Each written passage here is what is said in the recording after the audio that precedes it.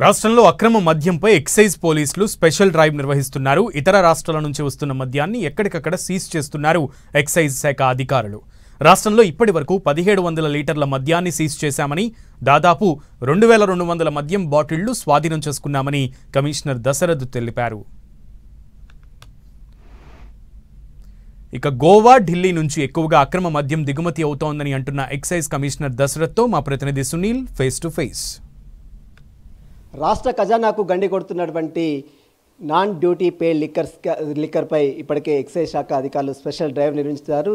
ఇతర రాష్ట్రాల నుంచి తెలంగాణ రాష్ట్రానికి మద్యం దిగుమతి చేస్తున్నటువంటి మద్యం వ్యాపారులకు సంబంధించిన దానిపై కూడా ఇప్పటికే కొన్ని వేల కేసెస్ నమోదు చేశారు. ప్రస్తుతం దీనికి సంబంధించి మనతో మాట్లాడడానికి రంగారెడ్డి జిల్లా డిప్యూటీ కమిషనర్ దశరథ్ గారు ఉన్నారు. అడిగి మరి సార్, ఈ ఇతర రాష్ట్రాల నుంచి పెద్ద ఎత్తున తెలంగాణ రాష్ట్రానికి నాన్ డ్యూటీ పే లిక్కర్ తీసుకొస్తున్న వారిపై ఎలాంటి స్పెషల్ డ్రైవ్ నిర్వహిస్తున్నారు? ఇప్పటివరకు ఎన్ని కేసెస్ నమోదు చేశారు?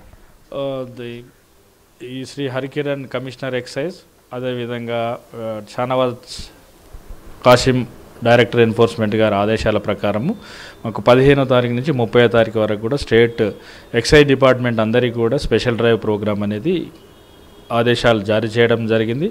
అందులో భాగంగా మన రంగారెడ్డి డివిజన్ పరిధిలో, అదేవిధంగా హైదరాబాద్ కూడా జిఎస్ఎంసీ పరిధిలో వస్తుంది. కాబట్టి ఈ టీమ్స్ అన్నీ కూడా మేము ఈ 15 నుంచి 24వ తారీఖు వరకు సుమారుగా 105 కేసులు రిజిస్టర్ చేయడం జరిగింది. దాంట్లో 2200 బాటిల్స్ సీజ్ చేయడము, దాన్ని లీటర్స్ అంటే దాదాపు 1700 లీటర్లు నాన్ డ్యూటీ పేడ్ లిక్కర్ సీజ్ చేయడం జరిగింది.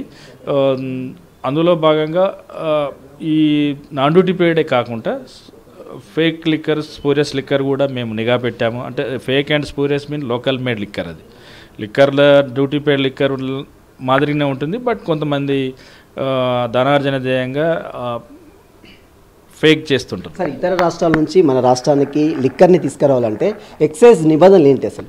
మనకు ఇతర రాష్ట్రాల నుంచి మన లిక్కర్కు సెక్షన్ 9 ప్రకారము ఇంపోర్ట్ పర్మిషన్ 100% ఉండాల్సిందే. Without import permission single bottle కూడా మన స్టేట్కి రావడానికి వీల్లేదు. చెప్పండి, నాన్ డ్యూటీ పే లిక్కర్ తీసుకొచ్చే వారికి కావచ్చు, ఫేక్ లిక్కర్ తయారు చేసిన వారికి ఏం చెప్తారు ఎక్సైజ్ అధికారులు? ఎక్సైజ్ అధికారులుగా చట్టాన్ని ఉల్లంఘించకూడదని చెప్తున్నాను. దీనిపై చట్టరీత్యా చర్యలు తీసుకోవడం జరుగుతుంది. పనిష్మెంట్ కూడా, శిక్షలు కూడా ఖరారు చేయడం జరుగుతుంది.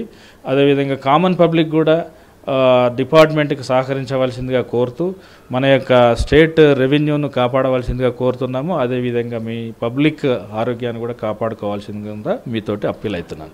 Thank you. ఇది చూసిన మొత్తం మీద రాష్ట్ర ఖజానాకు గండి కొడుతున్నటువంటి నాన్ డ్యూటీ పే లిక్కర్పై, ఫేక్ లిక్కర్పై ఎక్సైజ్ అండ్ ఎన్ఫోర్స్మెంట్ ఎప్పటికప్పుడు నిఘాను ఏర్పాటు చేస్తున్నారు. ఇప్పటికే చాలా కేసెస్ నమోదు చేయడం కాకుండా చాలా వందలాది వేలాది లీటర్స్ కూడా సీజ్ చేయడం జరుగుతుంది. ఎవరైనా ఇతర రాష్ట్రాల నుంచి తెలంగాణ రాష్ట్రానికి మద్యం దిగుమతి చేస్తే ఎట్టి పరిస్థితుల్లో వారిని ఉపేక్షించలేదు. ఖచ్చితంగా వారి చట్టం ముందు దోషులుగా నిలబెడతామంటూ కూడా ఎక్సైజ్ అధికారులు చెప్తున్న పరిస్థితి. విడజన్ స్థాయితో సునీల్ టీవీ, హైదరాబాద్.